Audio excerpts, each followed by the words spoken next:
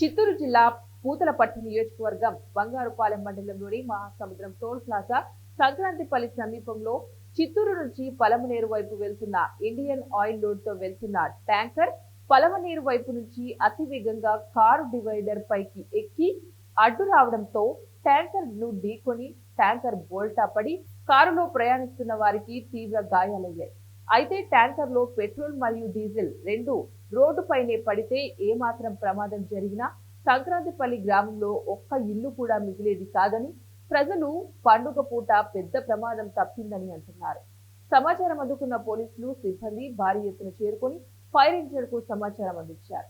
Fire engine ద్వారా సహాయక చర్యలు చేపట్టారు. గాయపడిన వారిని చిత్తూరు ప్రభుత్వ హాస్పిటల్ కు తరలించారు. ఈ ఘటనపై పూర్తి వివరాలు తెలియాల్సి ఉంది. యాదమూరు నుంచి ఎక్కడికి లోడింగ్? పలమనేరు లోడింగ్ ఎట్లా జరిగింది? ఆ పక్క నుంచి ఆపోజిట్లో వచ్చి దుర్గుతేసినాడు. పెట్రోల్ ట్యాంక్ అయితే యాదమూరు లోడింగ్